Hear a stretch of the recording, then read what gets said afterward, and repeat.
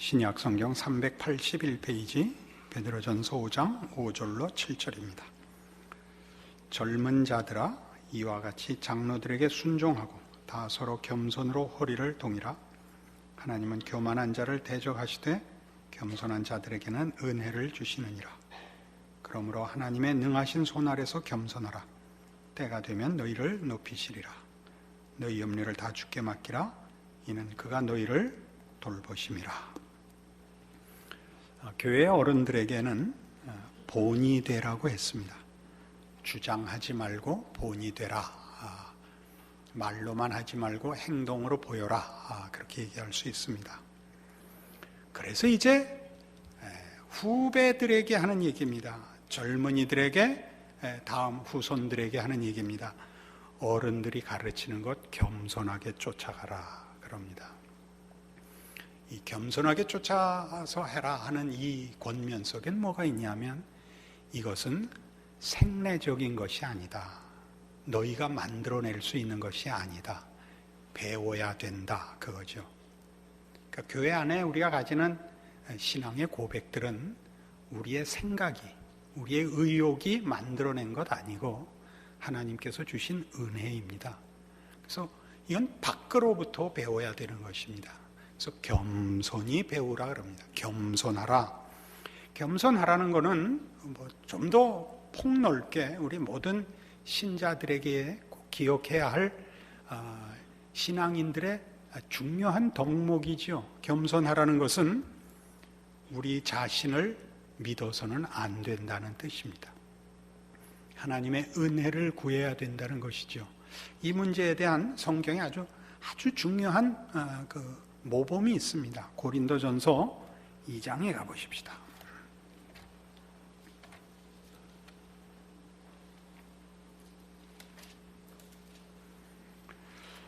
고린도전서 2장에 가면 고린도 교회에 대하여 사도 바울의 이런 권면이 나옵니다. 고린도전서 2장 1절, 형제들아, 내가 너희에게 나아가 하나님의 증거를 전할 때 말과 지혜의 아름다운 것으로 아니하였나니 내가 너희 중에서 예수 그리스도와 그가 십자가에 못 박히신 것 외에는 아무것도 알지 아니하기로 작정하였습니다. 내가 너희 가운데 거할 때 약하고 두려워하고 심히 떨었노라. 내 말과 내 전도함이 설득력 있는 지혜의 말로 하지 아니하고 다만 성령의 나타나심과 능력을 하여 너희 믿음이 사람의 지혜에 있지 아니하고 다만 하나님의 능력에 있게 하려 하였노라. 이게 무슨 얘기인가 이해하시겠어요? 자세히 읽고 깊이 생각해야 됩니다. 사도 바울은 자신이 능력 있는 종이라고 생각하지 않습니다.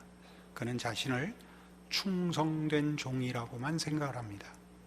능력과 충성이 어떤 차이가 있느냐? 능력은 자신이 그 결과에 어느 만큼의 이유와 몫이 있다고 생각하는 것이 능력입니다. 충성이라는 것은 자기는 전달을 했을 뿐이지 만든 자가 아니라고 얘기하는 것입니다. 왜 이 얘기가 여기 등장을 하느냐 하면, 고린도 교회는 아주 대표적으로 그 특징이 지혜와 또는 지식의 자랑이 있었던 교회입니다. 그리고 많은 은사가 있었던 교회입니다. 저들은 그 지식과 지혜를 은혜로 받은 내용으로 생각지 않고 자신들의 능력으로 똑똑함으로 얻어낸 것이라고 생각했었습니다. 그래서 바울은 너희가 내가 전해준 복음을 믿어 기독교 신앙을 가지게 되었는데, 내가 능력으로 전한 것이 아니고 내가 하나님의 은혜를 전달한 것에 불과한데 너희는 어찌하여 너희가 능력으로 그것을 받았다고 생각하느냐라고 꼬집는 것입니다. 전달하여 준 자가 그것이 자기의 능력으로 만든 것이 아닌데, 사람의 능력으로 만든 것이 아닌데 너희는 어찌 너희가 능력으로 그것을 깨달았다고 얘기하느냐라고 꼬집는 것입니다. 그래서 겸손해야 된다는 것은 기독교 신앙인들에게 있어서는 본질적인 덕목이 되는 것입니다. 이걸 놓치면 우리는 똑똑한 자요, 지혜로운 자가 되지 믿음을 가진 자요, 은혜를 입은 자라는 사실을 놓치게 됩니다. 그것은 다음에 나오는 우리 오늘 본문에 보는 염려하지 말라와 직접적으로 연결된 덕목입니다. 염려하지 말라는 것은 오늘 본문에 보는 바와 같이 7절에 너희 염려를 다 주께 맡기라 이는 그가 너희를 돌보심이라 하는 염려하지 말라는 마찬가지로 자신의 능력에 의하여 자신이 보존되는 것이 아니라 하나님의 능력에 의하여 보존된다는 것을 아는 믿음의 자세입니다. 나의 한계를 알고 하나님의 전능하심을 아는 것이야말로 기독교 신앙에 있어서 놓쳐서는 안 되는 본질이죠. 그것은 우리를 겸손케 하며 그것은 그래서 우리에게 모든 염려를 없애줍니다. 하나님의 은혜와 능력 아래 있기 때문에 그렇습니다. 마태복음 6장에 가시면 이 문제를 성경은 일찍이 예수님 자신을 통하여 이렇게 소개됐었습니다. 마태복음 6장입니다.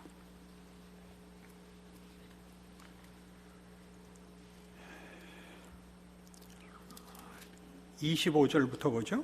그러므로 내가 너희에게 이르노니 목숨을 위하여 무엇을 먹을까 무엇을 마실까 몸을 위하여 무엇을 입을까 염려하지 말라. 목숨이 음식보다 중하지 아니하며 몸이 의복보다 중하지 아니하냐. 공중의 새를 보라. 심지도 않고 거두지도 않고 창고에 모아들이지도 아니하되 너희 하늘 아버지께서 기르시나니 너희는 이것들보다 귀하지 아니하냐. 너희 중에 누가 염려함으로 그 키를 한 자라도 더할 수 있겠느냐. 또 너희가 어찌 의복을 위하여 염려하느냐. 들의 백합화가 어떻게 자라는가 생각하여 보라. 수고도 아니하고 길쌈도 아니하느니라. 그러나 내가 너희에게 말하노니 솔로몬의 모든 영광으로도 입은 것이 이곳 하나만 같이 못하였느니라. 오늘 있다가 내일 아궁이에 던지우는 들풀도 하나님이 이렇게 입히시거든 하물며 너희일까 보냐. 믿음이 작은 자들아. 이 논리성을 이해하시겠죠. 창조주 하나님은 당신이 창조한 모든 생명들을 보존하시며 먹이시며 아름답게 입히시는 주인이십니다.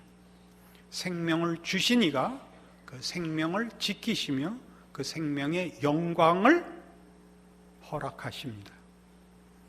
우리가 걱정해야 할 것은 하나님의 창조의 목적대로 사느냐라고 자신의 신앙을 걱정해야지 하나님이 우리에게 먹을 것과 입을 것을 넉넉히 주실 것이냐를 걱정하는 것은 창조주의 몫이요 섭리자의 몫이지 피조물의 몫은 아니다라고 얘기하는 것입니다. 그러니까 염려라는 것은 결국 인간이 세상과 자신의 존재를 자신의 손 아래 두고 있을 때 생겨나는 것이라는 얘기가 되죠. 그러니까 가장 겸손한 자는 염려를 하는 문제도 벗어나게 됩니다. 그러나 자신이 자신을 책임진다고 자랑하면 자신의 존재와 인생도 본인의 손 아래만 있게 되고 하나님의 은혜와 능력의 축복에서는 벗어나게 됩니다.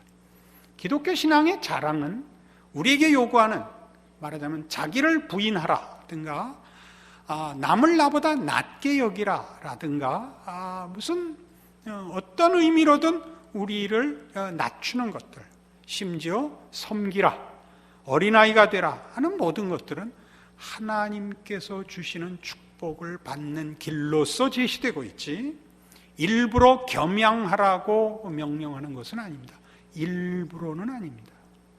그 모든 것들은 다 우리가 우리를 책임지는 것보다 더 큰 능력과 더 큰 축복 아래 자신을 두라는 권면입니다. 그래서 이 마태복음 6장에 나오는 이 말씀들은 이런 아주 대조적인 표현을 씁니다. 26절을 다시 보시죠. 공중의 새를 보라. 심지도 않고 거두지도 않고 창고에 모아들이지도 아니하되 너희 하늘 아버지께서 기르십니다. 그러니까 우리한테는 하나님이 아버지고 공중에 나는 새한테는 아버지는 아닙니다. 그냥 창조주십니다. 창조주와 피조물의 관계에서도 하나님이 창조주 책임을 다하시거든 하물며 너희일까 보냐가 30절에 나옵니다. 오늘 있다가 내일 아궁이에 던지어지는 들풀도 하나님이 창조주로서의 책임을 다하거늘 오늘 있다 내일 아궁이에 던져지는 하찮은 들풀도 이렇게 입히시거든 하물며 너희에게 아버지 되시는 하나님이 너희에게 그 사랑과 은혜와 능력을 넉넉히 베풀지 않겠느냐가 하물며 너희일까 보냐 믿음이 작은 자들아로 나오는 것입니다. 그래서 어떤 분은 여기다가 하물며 다음에 너희일까 너희 밑에다가 자신의 이름을 써놓으라 이렇게 가르치는 이들도 있습니다. 좋죠? 하물며 철수일까 보냐 믿음이 작은 철수야 그렇게 쓰라는 거죠. 그러므로 염려하여 이르기를 무엇을 먹을까 무엇을 마실까 무엇을 입을까 하지 말라 이는 다 이방인들이 구하는 것이라. 이방은 누구죠?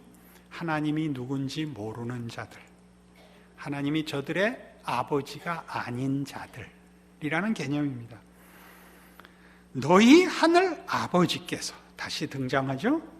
너희 하늘 아버지께서 이 모든 것이 너희에게 있어야 할 줄을 아시느니라 이렇게 나옵니다. 그래서 믿음의 공동체 내에서 우리 지도자들이 그 지도자라는 것은 여기서는 신앙의 경륜과 연륜을 근거로 하는 얘기입니다.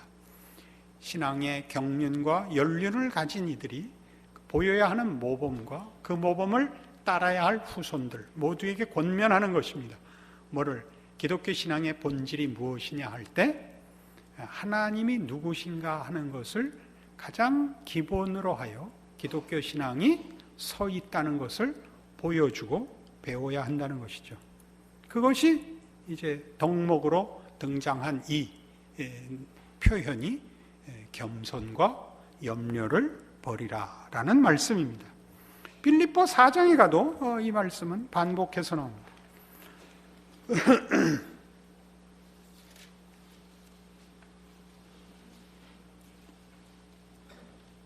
321페이지 빌립보 4장 4절입니다. 주 안에서 항상 기뻐하라. 내가 다시 말하노니 기뻐하라. 너희 관용을 모든 사람에게 알게 하라. 주께서 가까우시니라. 아무것도 염려하지 말고 다만 모든 일에 기도와 간구로 너희 구할 것을 감사함으로 하나님께 아뢰라. 그리하면 모든 지각에 뛰어난 하나님의 평강이 그리스도 예수 안에서 너희 마음과 생각을 지키시리라.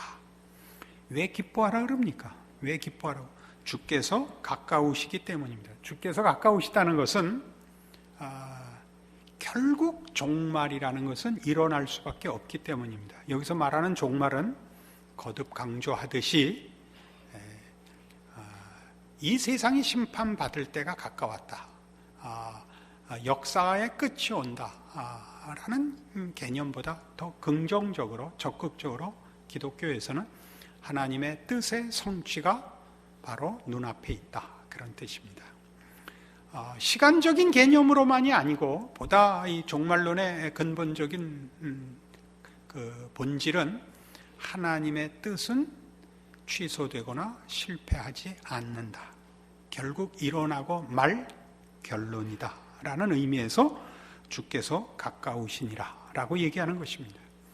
그러니까 우리가 기뻐해야 하는 것은 우리가 믿는 신앙 안에서 이 세상과의 싸움에 우리는 걱정할 필요가 없는 것입니다.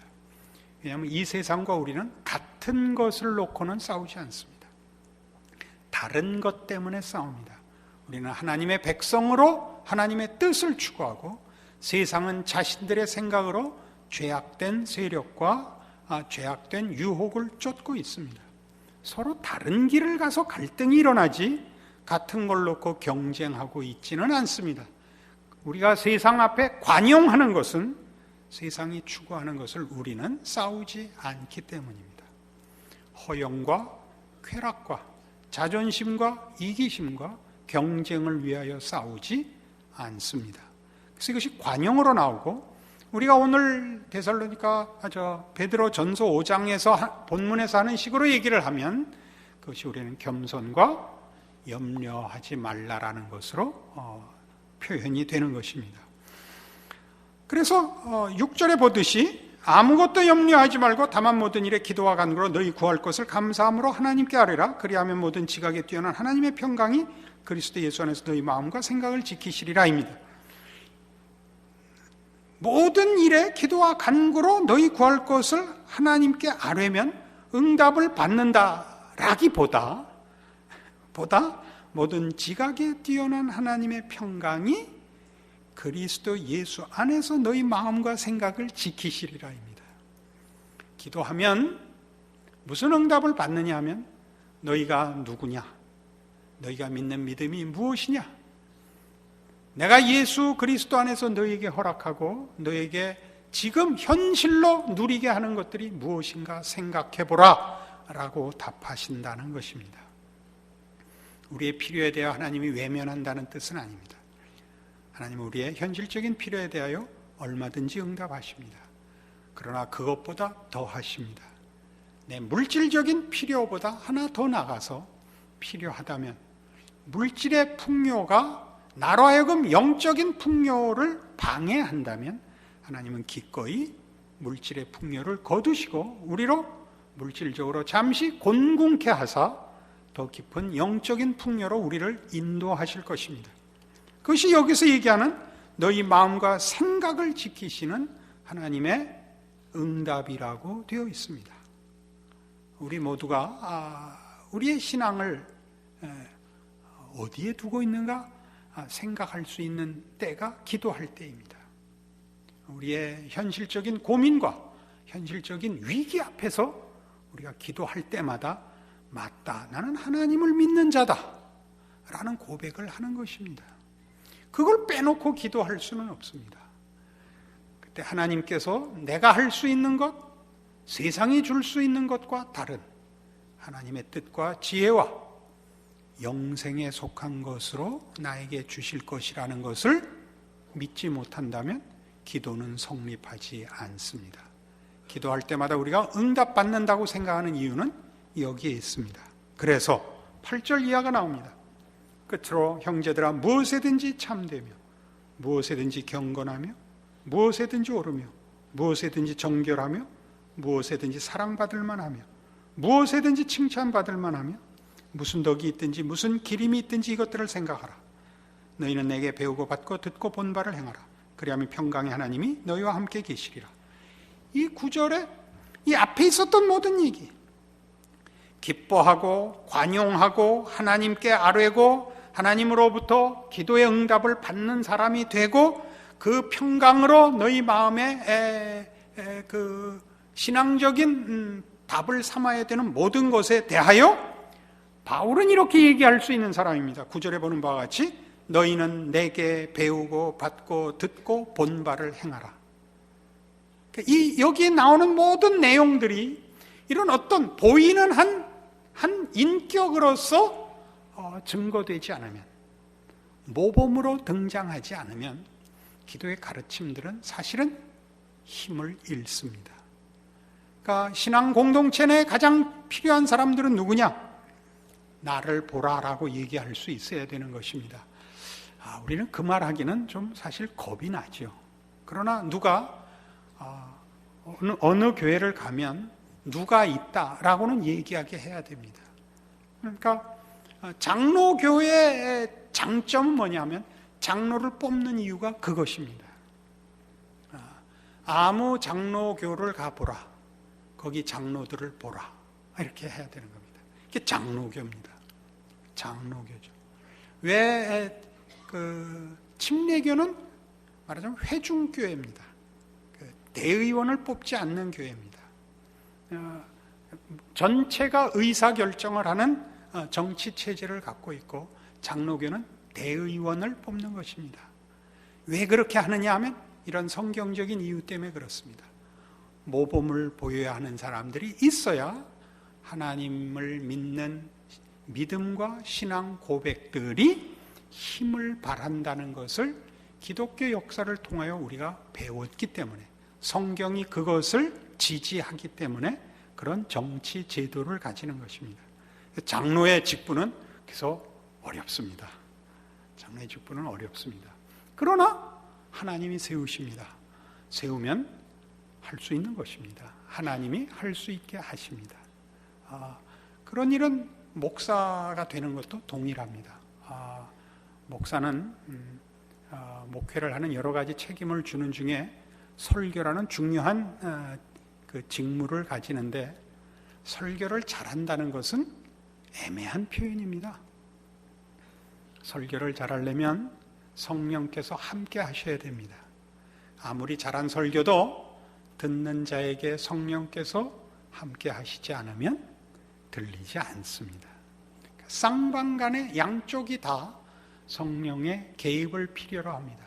여기에 어떤 직분과 어떤 사역에 대해서도 우리는 겸손할 수밖에 없고, 그런 차원에서 담력을 가질 수도 있는 것입니다.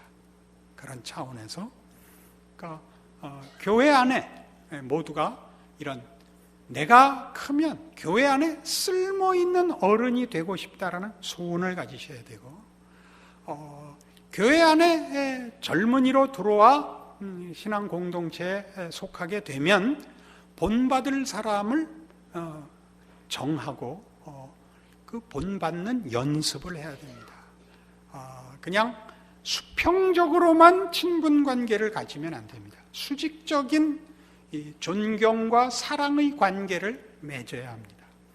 그 점 기억하셔서 여러분 모두가 개인적인 자격으로 와서 또 개인적인 책임의 한계로 축소시켜서 개인의 신앙만 도모하고 그 외에는 난 모른다라고 하는 것은 정당한 신앙인의 책임을 다하는 것이 아닙니다. 교회 공동체 안에 들어오면 공동체 안에서의 자기 위치와 직무가 있는 것입니다. 어른이면 어른으로서, 후배면 후배로서의 직무가 있는 줄 알아야 됩니다. 그런 것들이 우리로 하여금 하나님께서 그 아들을 십자가에 못 박으신 것처럼 그 아들을 교회의 머리로 주사 우리를 묶고 예수 그리스도의 몸으로 불러 세상 앞에 증거로 세운 하나님의 영광의 비밀로 허락한 이 기관의 책임이며 우리들의 복입니다. 현대에 와서는 이것이 일종의 학원같이 되어버렸죠. 참석해서 설교 듣고 도망가 버리는 그것은 굉장히 나쁜 신앙 자세입니다.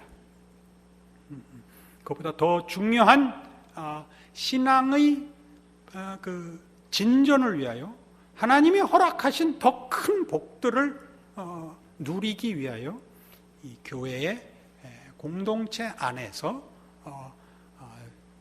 함께 교제하고 책임을 나누는 그 책임을 여러분들이 외면하시지 않아야 됩니다. 그리하면 여러분들의 신앙이 지금보다 10배는 더 풍성하고 더 크게 발전할 것을 믿습니다. 기도하십시다. 하나님 아버지 은혜를 감사합니다. 우리로 예수 그리스도의 은혜와 약속 가운데 거하게 하시며 교제케 하시며 하나 되게 하셨으니 주께서 우리의 머리 되심과 우리 각자가 서로 지체가 되어 한 몸을 이룬 것 기억하고 우리 하나님 아버지께서 예수 안에 허락하신 그 영광의 비밀을 나누며 책임지는 일에 더 깊이 신앙의 헌신과 참여가 있게 오늘의 말씀으로 붙들어 주시옵소서. 우리의 고민과 갈등과 낙심과 또 예수 안에서의 위로와 격려와 함께 나누는 약속들의 축복들을 누릴 줄 아는 성도들이 되게 하시며 그리하여 우리가 사는 시대와 세상 앞에 주 예수 그리스도 안에서 허락한 그의 몸된 교회의 영광을 드러내는 책임을 다하는 우리들 되게 하여 주시옵소서. 예수님 이름으로 기도합니다. 아멘.